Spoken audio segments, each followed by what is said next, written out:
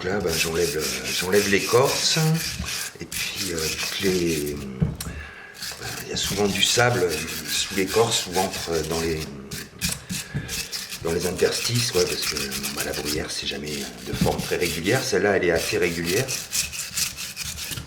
Donc ça c'est pour éviter d'avoir des problèmes, d'affûter trop souvent les outils après.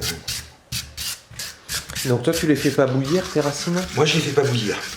Ça m'est arrivé de faire bouillir, mais je fais bouillir à l'état d'ébauche. Le truc, alors quand on fait bouillir, l'avantage c'est quand ça travaille pas. Voilà, si on veut pas que ça bouge en séchant, on fait bouillir. Il faut compter à peu près un quart d'heure par centimètre d'épaisseur. Donc si ça fait 5-6 mm, c'est 10 minutes, quoi. Voilà. Et puis c'est dans de l'eau salée, hein. C'est ça aussi. C'est comme l'olivier, quoi. Moi, je suis plus adepte du micro-ondes que de la lessiveuse. Ouais. Mais c'est parce que j'aime que ça se déforme et puis j'aime que ça fondigue. Parce qu'évidemment, quand ça fondigue, alors l'avantage du micro-ondes, c'est que ça... Si on force un peu le micro-ondes pour chauffer le bois, bah, ça va faire des micro-craquelures, mais à beaucoup d'endroits. Donc en fait, pour incruster l'étain, bah, c'est intéressant parce que ce qui est beau, je trouve, dans les inclusions d'étain, c'est quand c'est très fin. Et ça donne de la lumière. En fait, ça fait comme s'il y avait de la lumière qui sortait du bois, quoi. Donc là, on a du sable. Oui, donc ça, faut le faire soigneusement, parce que sinon tu bouffes tes outils. Voilà, tu bouffes les outils très vite. Puis en cours de tournage, ben, je m'arrête pour aller gratter quand il y a besoin. Hein. Ouais. De toute façon, on s'en rend très vite compte hein, quand on a touché du caillou. Ben, ça pousse aussi dans les terrains granitiques. Dans le sud, ça pousse dans les stérels, dans le massif des morts. Donc il y a souvent des morceaux de quartz ou des trucs qui sont comme ça, qui sont inclus dedans. Celle-là, elle a dû être ramassée dans un terrain sablonneux, hein. C'est pour ça qu'il y avait du sable et c'est pour ça qu'elle a une forme régulière. Quand elles ont des formes toutes tordues, c'est qu'elles ont été gênées par les cailloux. Autrement, ça a tendance à grossir de façon harmonieuse dans tous les sens, quoi.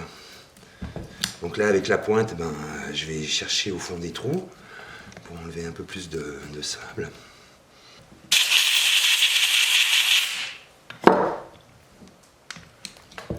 Et donc je vais donner un petit coup de tronçonneuse ici pour faire un côté plat, histoire que ma griffe elle accroche bien. Voilà. Et puis de faire la prise de membrane après.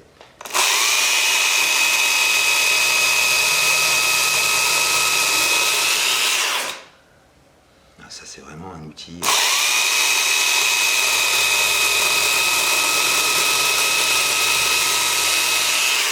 Voilà. C'est prêt à mettre autour.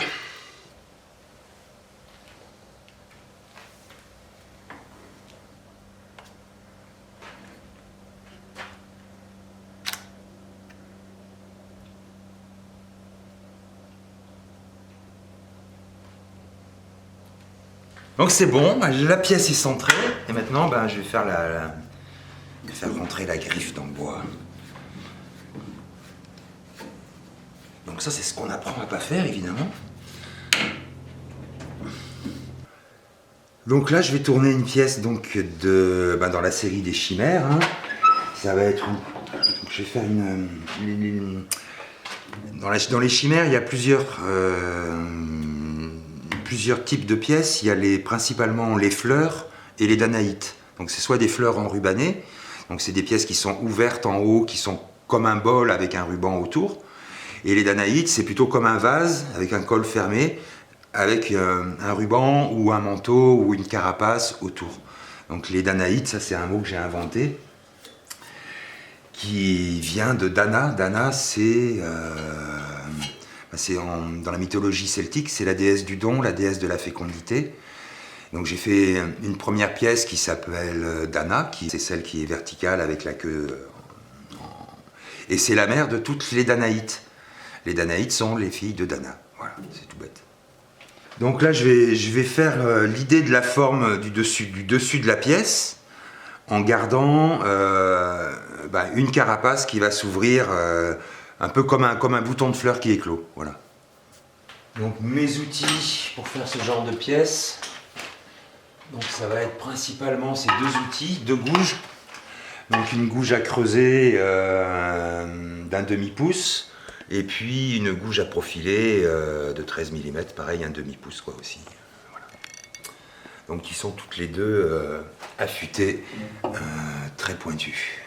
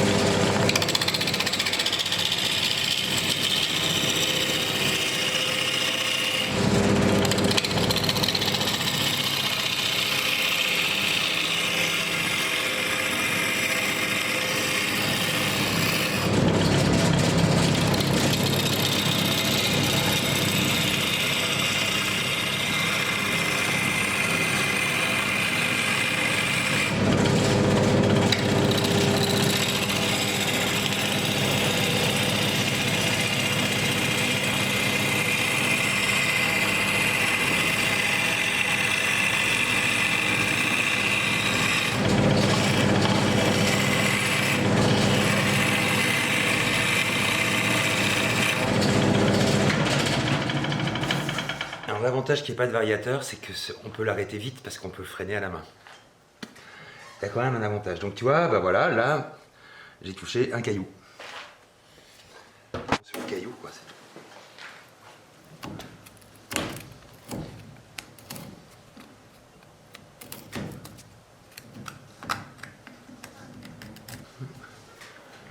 tout. Alors c'est marrant parce que donc de l'autre côté elle est très rouge et là elle est très blanche. Donc là je vais m'arrêter là, ça va être le diamètre extérieur de l'ouverture.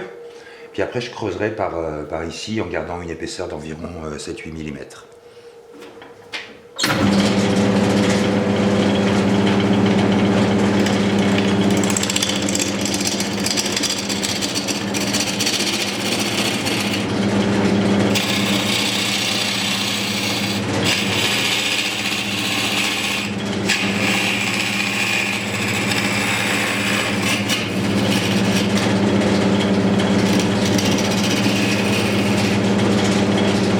Ça c'est vachement beau, moi j'aime beaucoup quand il y a ça.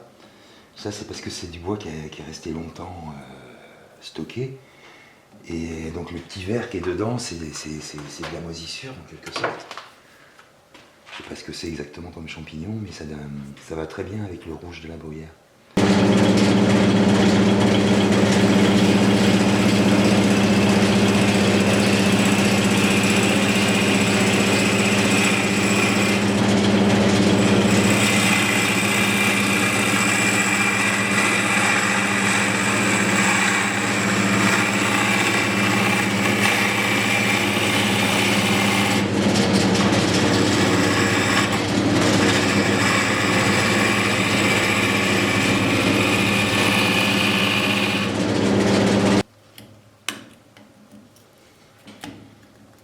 Alors moi j'essaye de les enlever sans abîmer la forme du trou. Parce qu'on on pourrait prendre un ciseau à bois ou un tournevis et puis paf paf paf on dégage le trou et puis mais après on se trouve avec un trou qui n'a pas de forme. Ça c'est un truc qui est quand même assez important dans ma démarche. Donc tout ce que je fais avec les inclusions d'étain, c'est toujours dans des défauts naturels. Soit quand l'ébauche sèche et craque, soit des parties d'écorce qui sont incluses dans le bois au départ et tout, mais c'est toujours naturel. Je fais jamais une gravure pour la remplir avec le métal.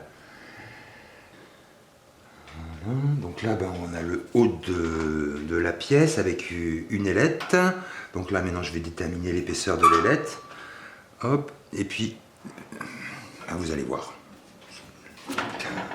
Je dois quand même préciser qu'il est que 11h30 et que normalement j'en suis encore au café à cette heure-là.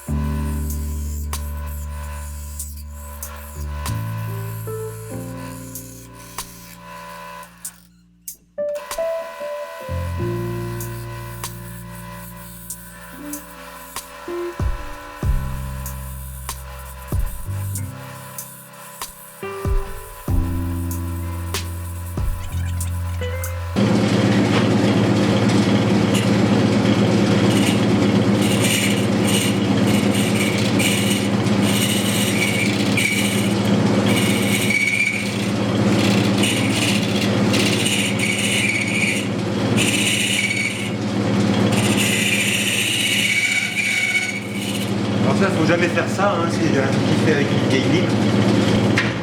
Donc de toute façon, j'ai pas besoin que ce soit des surfaces très propres, puisque de toute façon, après tout ça, ça va être texturé. Voilà, donc là je vais continuer l'idée de la forme extérieure vers le bas et faire ma prise de mandrin. Puis après je vais revenir dessus pour harmoniser. Là la courbe elle part trop large, donc, puis là c'est trop épais. Donc en fait de toute façon je vais rentrer dedans et descendre la courbe ici. Tu vois, parce qu'en fait il faut... La difficulté dans ce style de travail, c'est de visualiser donc, la courbe d'un vase qui va passer légèrement en dessous de l'épaisseur où j'arrive ici, puisque cette épaisseur, ça sera la carapace autour du vase. Donc là, voilà, ça c'est... donc, Et qui est une continuité de courbe. qui est une continuité de courbe que je retrouve après en sculpture, en travaillant la pièce, en sculptant la pièce.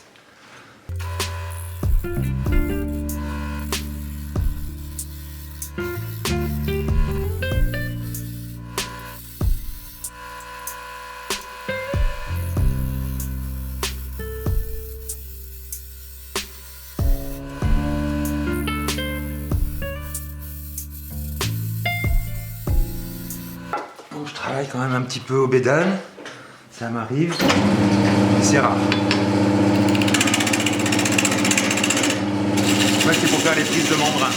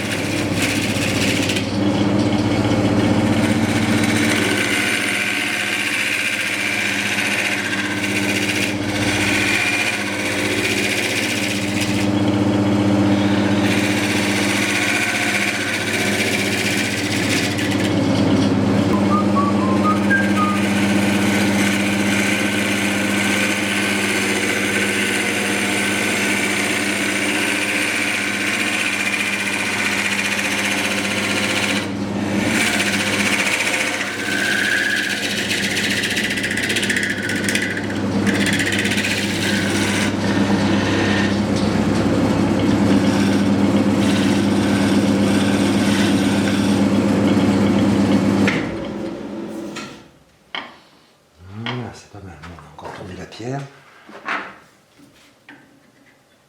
le sable.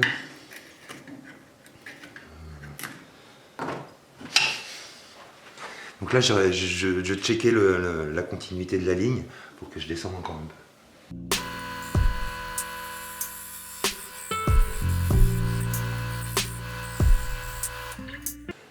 Voilà, bon, pour la première partie du tournage, c'est bon. Maintenant, on va passer là-bas, sur l'autre tour, pour faire le creusage. Donc, au début, moi, je fais un perçage à la mèche, comme ça.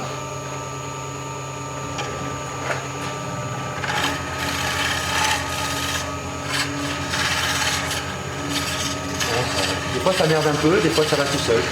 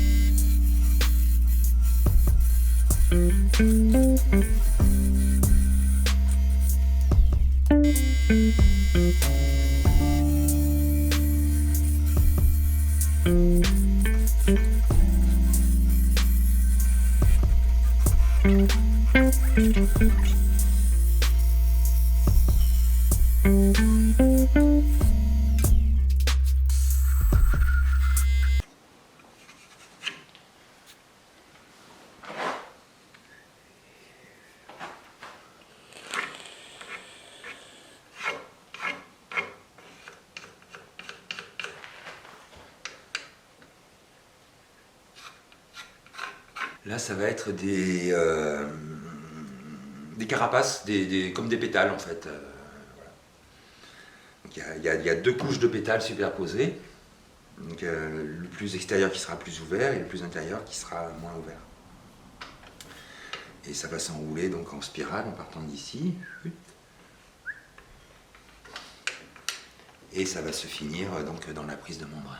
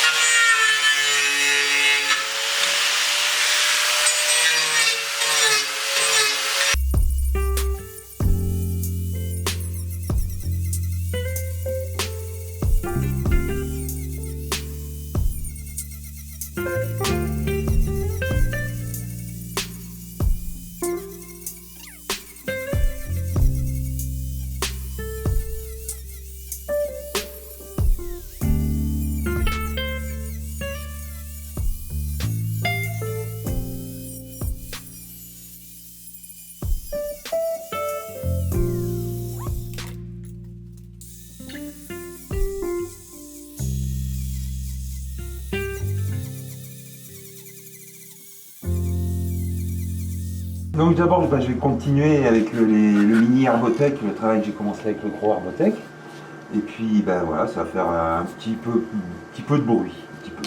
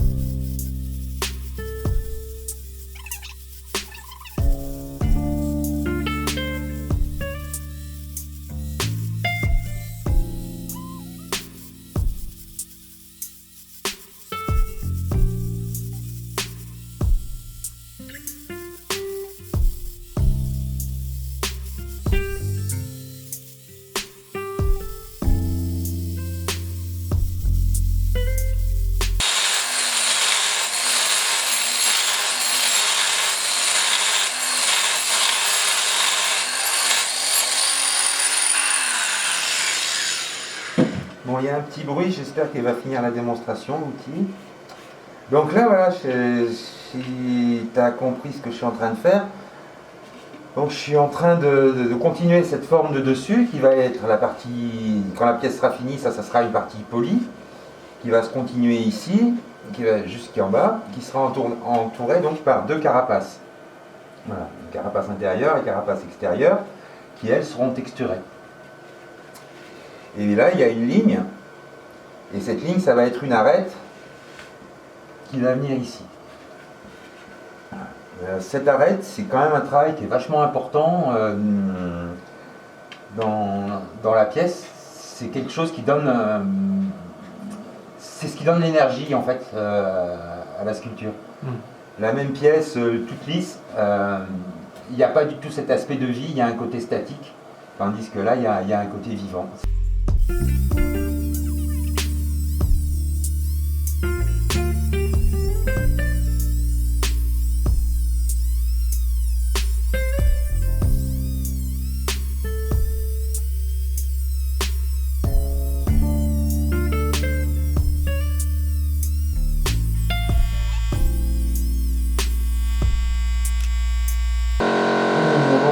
Commencer à affiner les formes maintenant, puisque donc ben voilà, l'idée de la pièce est là, hein, on commence à bien voir. Donc, je vais commencer par faire l'ébauche de l'arête.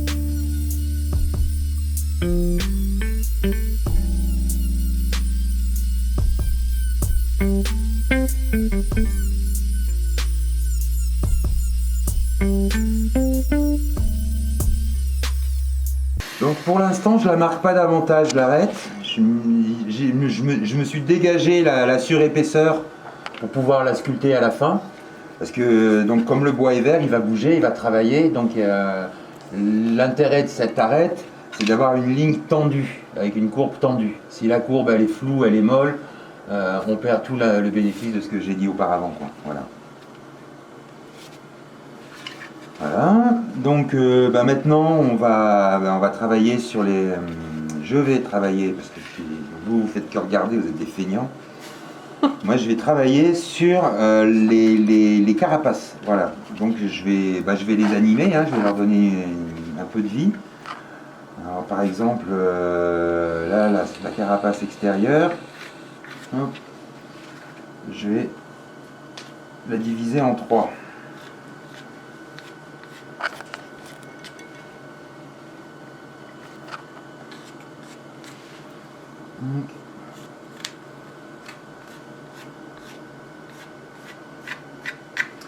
Bon. J'essaye toujours quand je fais ces divisions, alors je vais pas couper, mais vous allez voir ce que je vais faire. Donc je m'arrange toujours pour que ça arrive à un point remarquable de la bordure, hein, qui est resté naturel, parce que c'est ça qui, ça donne l'impression que ça coule naturellement ces lignes. Donc on va déjà s'occuper de celle extérieure, et puis après on verra pour celle intérieure. Celle intérieure c'est un peu plus difficile d'accès, hein, mais c'est le même principe. Voilà, donc je vais commencer par creuser ici en gardant ça en surépaisseur et ça en surépaisseur.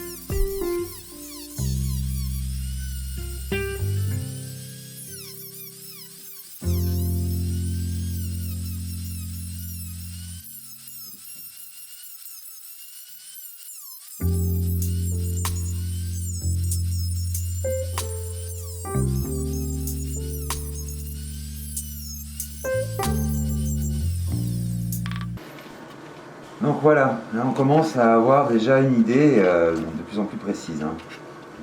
Bon, c'est pas fini, hein, pour l'instant j'approche les formes partout, puis après j'affine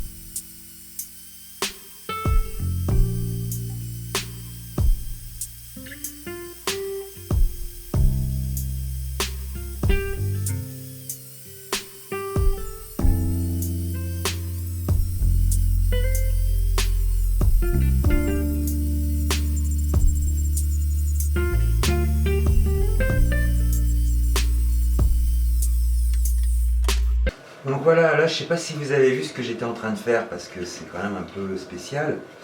Donc j'ai creusé partout par en dessous la bordure et puis j'ai arrondi par en dessus. Donc en fait ça donne l'impression un peu comme quand une peau d'orange est en train de sécher, ça se racornit sur les bords. Donc c'est cette impression que j'essaye de donner pour rendre le fait que donc, ces carapaces elles se sont écartées sous l'effet du fruit qui pousse à l'intérieur. Si on prend le côté symbolique de la pièce, ça représente ça, c'est l'idée de quelque chose qui est en train de naître, l'idée d'une naissance. Voilà. Et donc la vieille peau de protection, elle s'en va, donc elle sèche. Voilà. Alors après, donc sur ce genre de choses, on peut faire plein de sortes de textures. Hein. Simplement les lignes que peut laisser cette fraise, déjà ça fait une idée de texture. Alors c'est pas très esthétique, donc après moi généralement je fais toujours autre chose quand même comme aspect.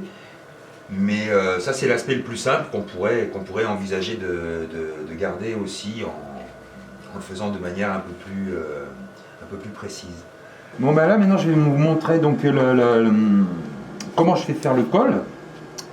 Et puis après on passera sur une pièce que j'ai réalisée précédemment pour vous montrer les finitions. Voilà.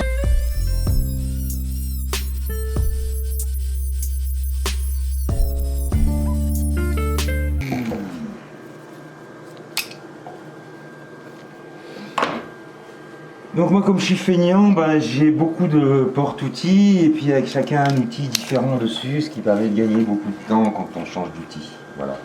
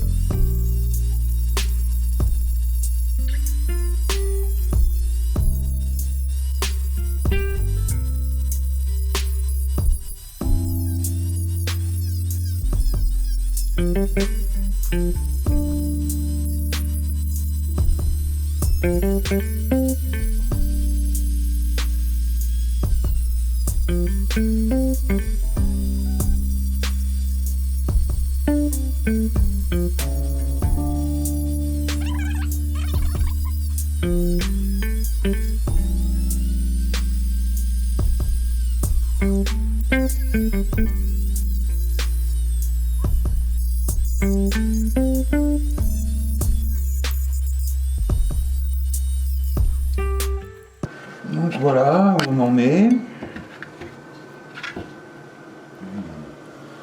Et donc, sur cette pièce, donc, qui elle est déjà faite il y a à peu près 2 mois, donc elle a séché naturellement, je ne l'ai pas séchée au micro-ondes. Elle n'est pas finie complètement de sécher, mais bon là donc on voit les aspects de texture que j'ai fait. Alors pour faire les aspects de texture, j'ai utilisé pareil un petit rotary chisel comme ça. Et voilà, j'ai fait des traits qui s'articulent à partir d'un axe central.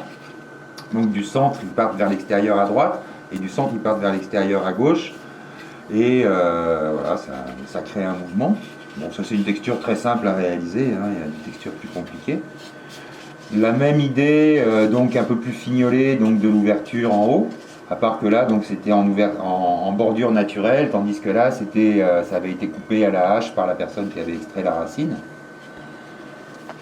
Et voilà, donc là, on a du polissage à faire, on voit encore les traces de la fraise. Donc pour polir, là j'ai pas assez de manches, donc il va falloir que je change l'outil sur mon manche. J'utilise ça, donc c'est des tampons en mousse qui sont souples, avec un petit velcro. Et puis on met ce qu'on veut comme grain d'abrasif. Soit on colle du velcro sur l'abrasif, soit on trouve du velcro qui est déjà de l'abrasif qui a déjà du velcro, comme ce super abrasif qui dure 10 fois plus longtemps que les autres, qui s'appelle Abraflex, je crois. Abranet. Abranet, voilà. Donc ça c'est vraiment, depuis que j'ai goûté à ça, c'est top. Et ça griffe tout seul en plus. Donc voilà. Wally Walou. Bon, allez, on va faire un peu de ponçage et puis après on va faire les inclusions d'étain. Il y a une partie que j'ai déjà commencé à poncer et puis voilà, je vais vous montrer sur cette partie-là comment je fais pour poncer. Donc là, ça c'est un morceau d'abranette que j'ai coupé au carré, et puis comme j'ai déjà un peu poncé, les angles ils se sont un peu bouffés. On peut couper en rond aussi, mais des fois les angles c'est pratique, je vais vous montrer pourquoi. Donc avec les angles, on peut aller chercher dans les angles rentrants pour aller poncer, parce que c'est très chiant d'aller poncer dans les angles rentrants. Hein. Si on ponce à la main, on en a pour des siècles, et puis si on ponce de façon mécanique et un peu violente, en fait, on abîme les arêtes qui sont autour, enfin c'est pas facile. Donc le truc d'avoir les angles qui dépassent, c'est assez intéressant. Ça nous aller chercher assez loin.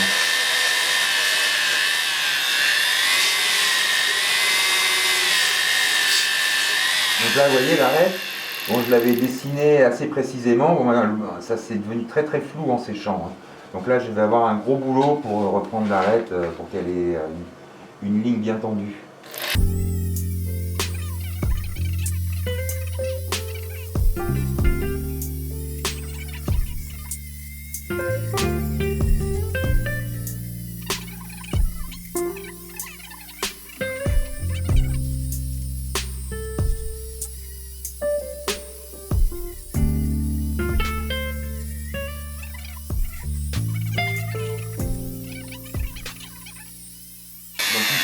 En fait, quand sur cette fente, là le bois quand il a séché, il est rentré. Et puis là, de ce côté-là, il est un peu sorti. Donc en fait, j'ai une différence de niveau entre cette partie et cette partie qui va être difficile à rattraper parce qu'il n'y a pas beaucoup d'épaisseur. Donc je vais m'emmerder pour faire mon incrustation d'étain parce que ce trou, je vais le laisser parce que lui, il ne me gêne pas. Et puis, il a sa place dans cet endroit. Mais cette fente, ça m'embête de la laisser. Donc je vais être obligé de bricoler d'une façon qui ne me fait pas trop, mais bon. Vous allez voir.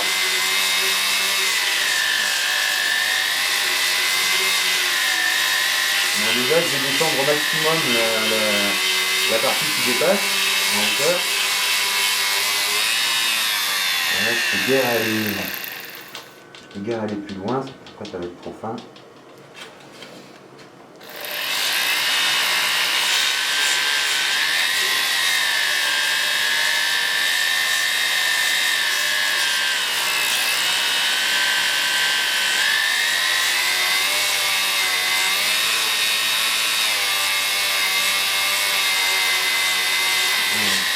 Donc préalablement, quand je fais une pièce entièrement, donc quand je suis en train de travailler normalement, pas quand je fais une démo, donc quand je fais une pièce entièrement, je fais d'abord le ponçage de toutes les parties qui doivent être polies, donc au grain 100, et après je fais mes incrustations d'étain. Et puis après je reprends le ponçage. Et je m'arrête généralement au grain 240 ou 320, je ne vais jamais plus que 320.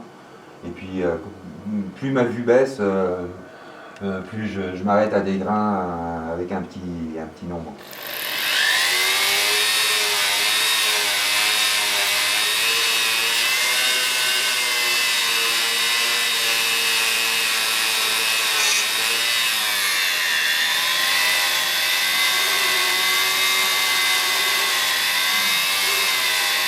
Donc là, j'essaye de mettre l'arrondi de mon abrasif de façon tangente à l'arête pour poncer les bords de l'arête et arriver à peu près à redresser la courbe. Donc ça c'est un travail délicat, c'est un peu par un côté puis un peu par l'autre. Donc là le sens de la tangente de la courbe de l'abrasif par rapport à la courbe qu'on a fait sur le bois, c'est quand même assez empirique, mais bon, avec un petit peu de pratique, c'est pas très difficile.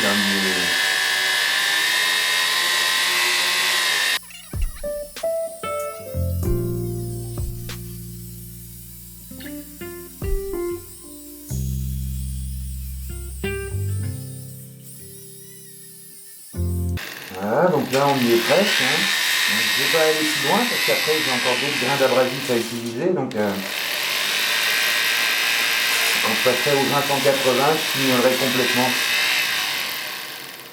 Voilà, donc là c'est voilà, entre mon doigt et ici, donc là je suis comme il faut. Puis après, ici il y aura encore du boulot plus tard. Voilà, bon on va passer aux inclusions d'étain et voilà. Donc je pense que ça va pas se passer trop mal. Il n'y a pas beaucoup d'épaisseur, mais bon. En fait, je vais recouvrir la partie qui est en dedans avec l'étain. Donc on va avoir un côté où l'étain sera bien net et un côté où l'étain sera un petit peu flou. Et il tiendra, en fait, parce qu'il est collé. Et ça, le collage se fait après avoir mis le métal en place. Ça sera la dernière étape de cette démonstration. Donc ça c'est plutôt pour les pièces en creux, donc, parce qu'avec celle-là dans les pièces en creux c'est plus difficile, sauf si elles sont très larges, mais les pièces en creux qui sont petites, il faut un petit rayon, donc voilà, ça c'est des outils qui servent occasionnellement, et celui-là il sert presque tout le temps.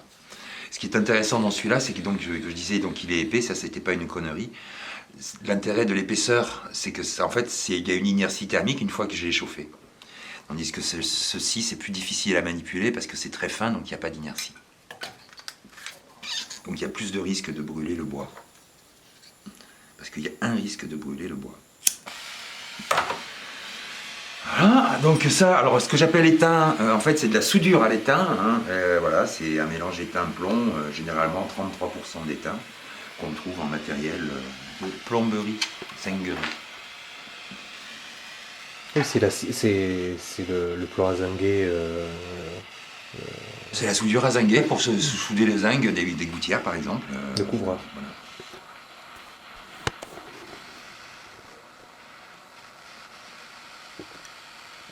Donc je crois que je l'ai expliqué hier, pourquoi pas de l'étain pur, pourquoi pas du plomb pur, pourquoi un alliage.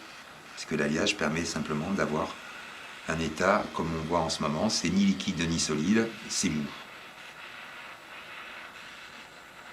Cet état de mollesse, c'est ce qui permet de faire des choses comme ça, de les ramener encore en température après, par l'intermédiaire de la spatule qu'on chauffe délicatement pour pas qu'elle soit trop chaude.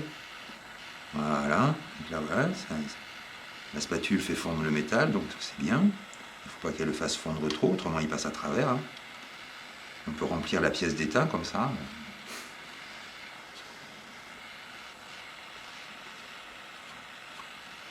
Faire attention, hein, si vous êtes pieds nus, ça passe à travers la pièce, ça vous tombe sur les pieds, ça fait mal.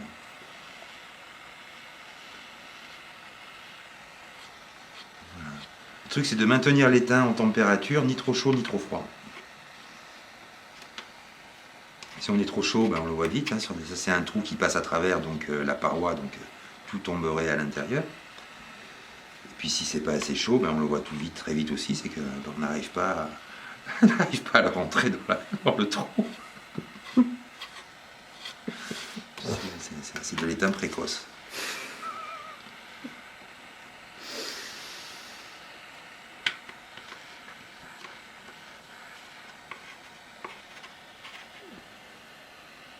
Donc là, je suis allé un peu chaud, donc je laisse refroidir.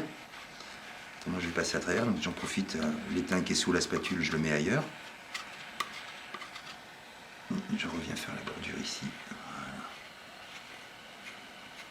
Il va revenir dans 2 minutes.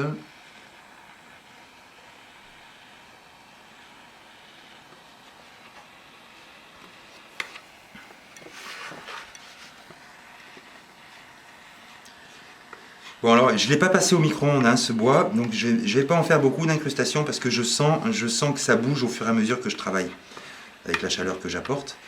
Donc ça veut dire qu'il n'est pas stabilisé, il n'a pas fini de sécher. Donc je ne vais pas aller plus loin, parce que je vais être emmerdé après. Parce que évidemment, si je mets trop d'étain et que je le fixe, après je ne peux plus le mettre au micro-ondes, hein, pour le sécher. Vous savez, il ne faut pas mettre de métal dans le micro-ondes. Hein. Ni de chien.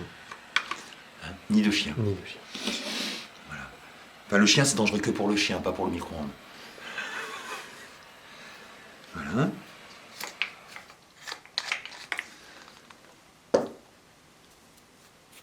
Donc, moi, quand je serai grand, j'irai vivre en théorie. Parce qu'en théorie, ça marche.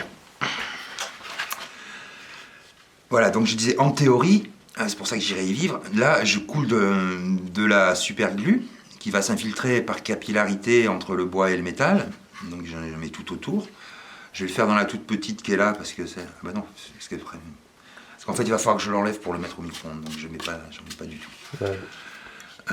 Voilà. Et après, donc, une fois que c'est froid, que la colle a durci, hein, là je vais poncer sans colle, mais normalement, si on met pas de colle, dans le temps, ça vieillit mal, quoi, ça risque de s'en aller. Les premières pièces que j'ai fait, bon, je savais pas le faire assez bien non plus, donc c'est peut-être aussi pour ça que c'est parti. Mais les premières pièces que je faisais, quand c'était des trous très fins comme ça, je pouvais pas mettre d'armature. Quand les premières pièces que je faisais, je mettais des armatures. Des petits clous, des fils de fer, des plaques de métal, enfin, je créais une armature dans la cavité pour que l'étain s'accroche autour. Puis évidemment, quand c'est très fin, il n'y a pas la place de créer l'armature. Donc je mettais comme ça, puis des fois ça restait, des fois ça tombait. Quand ça tombait, je remettais de la résine à la place. Et puis, la super glue a été inventée. J'ai essayé et ça m'a plu, évidemment. Voilà. Donc après, on commence à poncer l'étain avec le même abrasif, hein, toujours du grinçant, ça suffit. Pas la peine de mettre du plus gros.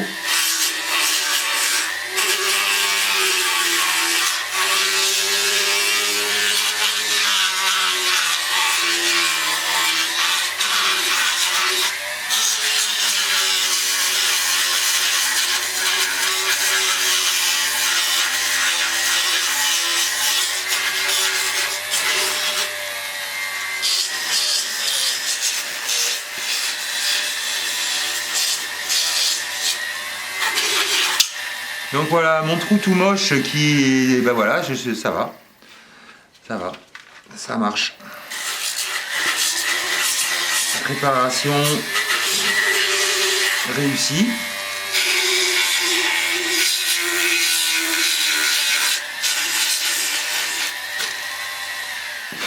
Donc bon là je vais l'enlever hein, parce que faut que je le micro-ondes. Ce qui est dit, c'est absolument obligatoire sur ce que j'ai fait ici, donc de mettre de l'étain par-dessus le bois sur une épaisseur très fine. Si je mets pas de colle, un jour ça va bouger légèrement, vous allez passer le doigt dessus, ça va s'accrocher, ça va s'arracher, ça va se tordre. C'est vraiment obligatoire de mettre de la colle. Là, si on n'en met pas, bon, on a moins de chances que ça s'enlève quand même que sur un truc comme ça. Voilà, le tour à peu près de tout, toutes les petites techniques que j'utilise, donc en tournage, en sculpture, Après les patines, c'est des finitions à l'huile de lin que j'égrène à la laine d'acier puis que je cire ensuite. Voilà.